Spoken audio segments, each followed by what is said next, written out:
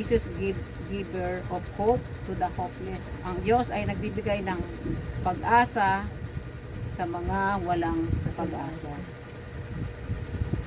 Minsan po ba dumating na sa buhay natin yung parang wala na tayong pag-asa? Dumating na ba sa inyo yon? Dumating na. Na parang wala kayong matatakbuhan, di ba?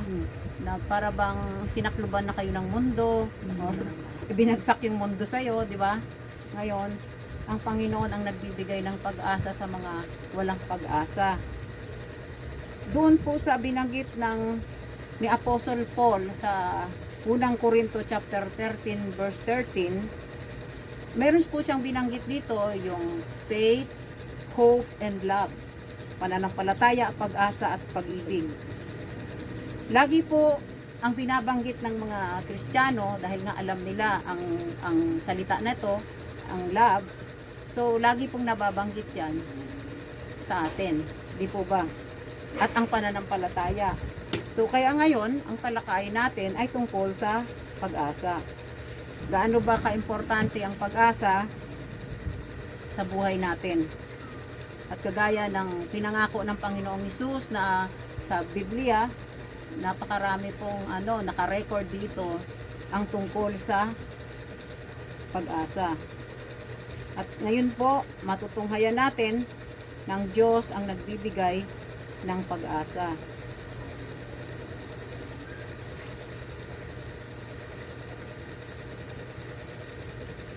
Pag binasa po natin sa Mateo chapter 8, pakibasa niya. Sa Mateo chapter 8, verse 1 to 4 po muna tayo. Pagbaba ni Jesus mula sa bundok, sinundan siya ng napakaraming tao. Lumapit sa kanya ang isang taong may ketong. Lumuhod ka sa harapan niya at sinabi, Panginoon, kung nais po ninyo, ako'y inyong mapapagaling at magagawang malinis. Hinawakan siya ni Jesus at sinabi, Oo, nais ko, maging malinis ka. Gumaling at luminis nga agad ang kitongin.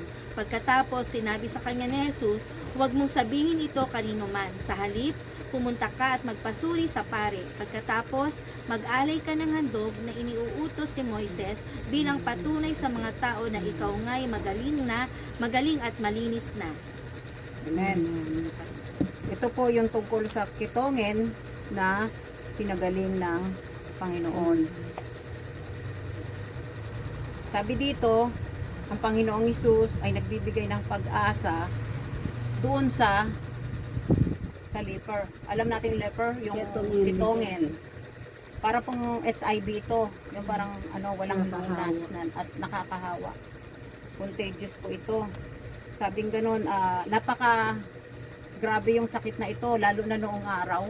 Pagka sinabi mong ketong, kung naalala ninyo noong araw ng mga bata pa tayo, na pag binanggit yung tungkol sa ketong, ito ay kawalan pag-asa. Di po ba? At saka ayaw na ayaw mong lalapit, lalo na sa tala. Hindi ka pupunta doon kasi doon noon nilalagay yung mga ketongin. Inihiwalay sila sa mga kabihasnan, inihiwalay sila sa lipunan. Para bang binubura ka na sa kalipunan. Di ba? Binura na sila sa lipunan. Buhay pa. Binura na sa lipunan. Ganun po yung nangyayari noon sa mga may ketong. Sabi nga wala nang cure. Sa panahon ni Jesus Christ, wala po itong cure, wala itong gamot. Aywan ko po ngayon kung meron na ba? Yes, Meron na. Mabuti naman. Pero sa panahon ng Panginoong Hesus, wala po itong kagalingan o gamot. At sabi nga ito po ay nakakahawa at dinadala sila sa separate community, sa tala, hanggang sila ay mamatay doon kung hindi sila nagaling. Doon na sila mamamatay. So, sabi po, yung ngayon, sa pag-aaral natin tungkol sa kitongin na ito na pinagaling ng Panginoon, noon po, makikita mo yung mga kitongin na to. Itong kitongin na to na lumapit sa Panginoong Hesus ay walang pag-asa. Pero siguro, dahil po sa naririnig niya ang mga pinagaling ng Panginoong Hesus, kagaya ng mga bulag, pinagaling ng Panginoon, yung mga pilay. So nagkaroon siya ng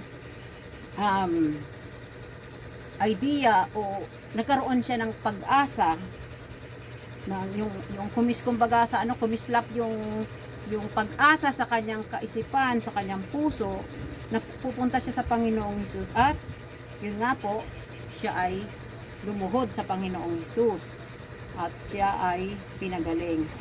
Ano po ang response dito ng Panginoong Hesus?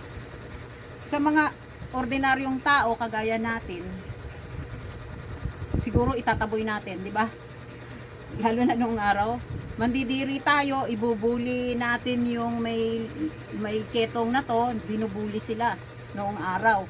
So hindi siguro iiwasan natin pagka nakakita tayo nito. Siguro ano'y natin na huwag kang lumapit sa akin kasi may ketong ka. 'Di ba po? Dahil bakit? Meron tayong takot na tayo ay mahawaan ng ketong na 'yon, 'di ba? Pero ang Panginoong Hesus, iniabot niya ang kanyang kamay at hinipo siya. Tapos, ang may ketong na ito ay gumaling. Ano po ba yung kahalagahan ng pangyayari na pinagaling ang ketongin na to? Ito ay nagpapakita na ganun ang pagmamalasakit ng Diyos sa mga walang pag-asa. So, sa atin po, para din tayong may ketong sa kasalanan. Bakit po? Yung kasalanan na ito po yung sinful nature na makasalanang kalikasan na tinatawag. Na hindi po nawawala sa atin ang kasalanan. Yung nag-iisip ka, di ba? Negative na pag-iisip, kasalanan din yun. Nag-iisip tayo ng masama sa kapwa natin. Kanikala, parang nakakadinahan tayo o nakatali tayo sa nature sin na tinatawag. Minsan nag-New Year resolution tayo, di po ba? New Year resolution natin. Meron tayong ganon. Pero lagi pong nasisira ito. Ngunit, nung tayo ay pumunta sa Panginoong Hesus at tinanggap natin ang Panginoong Hesus, binigyan niya tayo ng pag-asa. Nung pumunta siya sa Panginoong Hesus, dahil meron siyang pag-asa, siya ay gumaling. Ganon din tayo. Tayo ay pinalaya sa bondage of sin na tinatawag. Meron dito sa 8:4, na yung pakibasa nga 8:4. Pagkatapos, sinabi sa kanya ni Jesus, huwag mong sasabihin ito kanino man. Sa halip, pumunta ka at magpasuri sa pare. Pagkatapos, mag-alay ka ng handog na iniuutos ni Moises bilang patunay sa mga tao na ikaw nga'y magaling at malinis na. Bakit po ba sinabi ito? Sinabi po ito, yung sinabi niya rin, see that you tell no one, sabing gano'n. Ito po ay kailangan na gawin ng isang may leprosy. Na kailangan, magsasabi siya doon na siya ay pinagaling. Para po, kasi sa society nga, nahiwalay na sila di ba? Hinihiwalay sila Kaya kailangan niyang ipaalam muna bago niya pagsabi sa mga tao. Nakuha niyo po yun? Hindi po ito yung sinasabi na kailangan walang makaalam. Hindi. Kaya po ito, mayroon kasing proseso. Nakuha niyo po yun? Meron pong proseso na hindi muna sasabihin sa mga tao, kailangan sabihin muna sa nakakataas. At pangalawa po, kasi iniiwasan yung pagdami ng crowds, ng mga tao. Pag nalaman, hala, pinagaling si Pedro pinagaling sa kanyang ketong. O di siyempre po, ang mga tao, magpupuntaan. Ganyan na nangyari sa Panginoong Hesus, sinusundan siya ng mga tao. Di po ba? Bakit siya sinusundan ng mga tao? Napapagod sila. Sila ay, sa pagsunod-sunod sa Panginoong Hesus, napapagod sila. Bakit po siya sinusundan? Kasi dahil sa mga miracle na ginagawa niya. So, pangatlo po, ang Panginoong Hesus ay nakapokus sa kanyang pagtuturo. Kaya hindi minabuti niya na wala munang makaalam. Ganun po yun. Ngayon po, basahin natin sa Jesus gave hope to the centurion and his servant. Matthew chapter 8, verse 5 to 13. Pakibasa nga. Pagpasok ni Jesus sa Capernaum, lumapit sa kanyang isang opisyal na hukbong Romano at nakiusap. Ginoo, ang aking katulong ay naparilasado, siya po'y nakaratay sa bahay at lubhang nahihirapan. Sinabi ni Jesus, pupuntahan ko siya at pagagalingin. Ngunit sumagot sa kanya ang opisyal, Ginoo, hindi po ako karapat-dapat na puntahan pa ninyo sa aking bahay. Sabihin lamang po ninyo at gagaling na ang aking katulong. Ako'y nasa ilalim ng nakakataas na pinuno at may nasasakupan ding mga kawal. Kapag inutusan ko ang isa, pumunta ka roon. Siya'y pumupunta at ang isa naman, halika, siya'y lumalapit. Kapag sinabi ko sa aking alipin, gawin mo ito, ginagawa nga niya iyon. Namangha si Jesus nang marinig ito at sinabi niya sa mga taong sumusunod sa kanya, tandaan ninyo, hindi pa ako nakakita ng ganito kalaking pananampalataya sa buong Israel.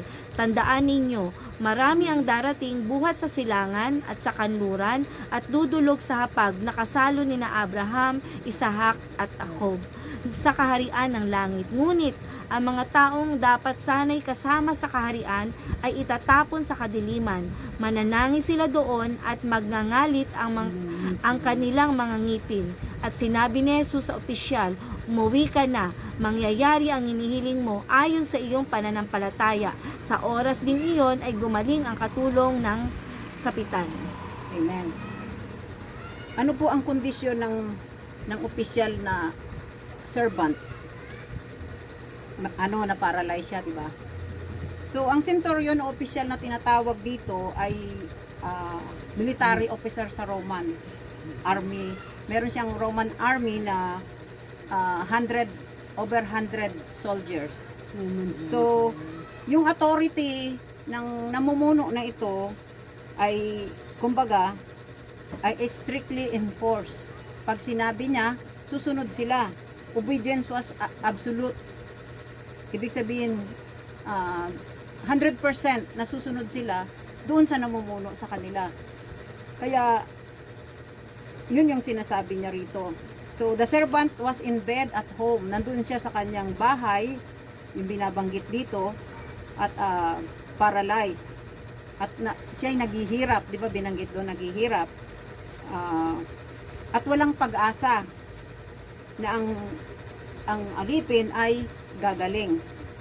Nakita natin na ang centurion official na ito, isang utos lang niya, susunod na lahat sila. Ganon siya makapangyarihan. At ang sabi po rito, ang centurion na yon or official ay merong kapangyarihan, ngunit iba pa din ang kapangyarihan ng Panginoong Hesus. Nire-recognize ng centurion official na ito ang kapangyarihan ng Panginoong Hesus sa lahat. Over everything na tinatawag. At nananampalataya o naniniwala siya na ang Panginoong Hesus ay pagagalingin ang kanyang alipin. Nagkaroon siya ng pag-asa eh. Binigyan siya ng pag-asa nang dahil sa kanyang pananampalataya. At naniniwala siya na pag sinabi ng Panginoong Hesus ang salita, ay gagaling ang kanyang servant. Isipin mo, nananampalataya siya na hindi na niya kailangan pang papuntahin ang Panginoong Hesus sa bahay ng kanyang alila or servant upang doon ipanalangin sa bahay nila. Sinabi ng opisyal na to or ng centurion, sabihin mo lamang ang salita at gagaling na ang aking alipin. Ganon kalaki or ang kalawak ang pananampalataya ng centurion na ito sa kapangyarihan ng Panginoong Hesus. Ganon siya yung paniniwala niya ay ang faith niya ay malalim. Ano ang response ng Panginoong Hesus dito? Pinuri ng Panginoong Hesus ang opisyal na centurion na to sa great faith niya, sa laki ng kanyang pananampalataya. Parang kung baga napawaw ang Panginoong Hesus sa pananampalataya ng isang centurion na opisyal. Dahil bakit? Ngayon lang siya nakakita ng ganong pananampalataya ng tao. Kaya ang Panginoong Hesus, nagbibigay siya ng pag-asa sa lahat ng may pananampalataya sa Kanya. Kailangan meron tayong faith. At sabi po dun sa 8:11, na I assure you na yung sinasabi, pakibasa nga uli ng Matthew chapter 8:11. Tandaan ninyo, marami ang darating buhat sa silangan at sa kanluran, at dudulog sa hapag na kasalo ni na Abraham, Isaac at Jacob sa kaharian ng langit. Amen. Ibig sabihin, tayo pong nananampalataya sa Panginoong Hesus ay meron tayong pag-asa na makakasama natin si Abraham, si Isaac, Jacob, at tayo ay sasalo sa kasama nila sa kingdom of heaven. Tayo po ang sinasabi dyan ng Diyos. Kaya ang Panginoong Hesus, pinagaling niya yung alipin.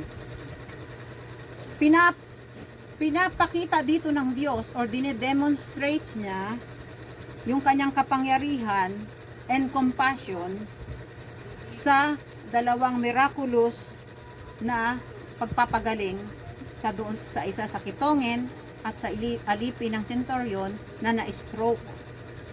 So binigyan niya ng pag-asa na gumaling ang mga taong ito. Ano po ba yung halaga ng pag-asa? Ano po ba ang halaga nito? Kagaya po ng isang ito po true story to, ayon sa aking nabasa. Meron isang pangalan doktor na Alice. Siya ay matalino, mayaman, at sabihin na nating kilala bilang doktor. At laging tumutulong sa mga tao. Isang araw, ang nangyari, nagkaroon siya ng cancer. So, ang nangyari po, siya ay bata pa at meron siyang mga anak. At meron siyang karir na hinaharap na malaki pa ang kanyang mararating. So, kailangan niyang ma-undergo sa chemotherapy na tinatawag, radiation, at marami pa pong iba, mga gamot, at kung ano-ano pa, at mga doktor na magagaling. At alam naman natin, ang mga bagay na ito ay merong side effects, di ba? So, dito po, tinetestify na ang pera ay wala pong magagawa kahit marami ka pang pera. Oo, madudugtungan ang buhay mo, kagaya ni Chris Aquino uli, di ba? Nadudugtungan yung buhay niya. Pero hindi natin alam na meron pa rin kung hanggang kailan. May ending din ito. Lalo na malala yung sakit niya. So kahit na bilyon pa yung pera mo, hindi natin masasabi na pwede kang gumaling. Di ba? Yun ang sinasabi po dito. Na hindi enough or sapat ang iyong famous, popular bilang doktor, pera, hindi po ito sapat upang maibalik ang kanyang physical at emotional pain or yung sakit niya. Pero may nagtanong sa kanya, bakit daw parang napakalakas pa rin niya at maligaya pa rin siya sa mga nararanasan niyang sakit. Pagka chemotherapy po, may mga mararanasan kang pain sa katawan mo eh. So, bakit ganyan pa din ang ano mo sa Panginoon, yung pananampalataya mo sa Diyos? Sabi niya, binibigyan ako ng pag-asa because of hope given by Jesus na binigay ng Panginoon. So, ibig sabihin po, ang Panginoon pa rin ang nagbibigay ng pag-asa doon sa mga walang pag-asa. So, kahit anong suliranin, kahit anong bigat ng sitwasyon, ang Diyos lang ang ating pag-asa. Wala na pong iba. Hindi tayo, ang tao po may limit yan. Di ba? Kaya nga sabi, lagi tayong dumepende sa Panginoong Hesus.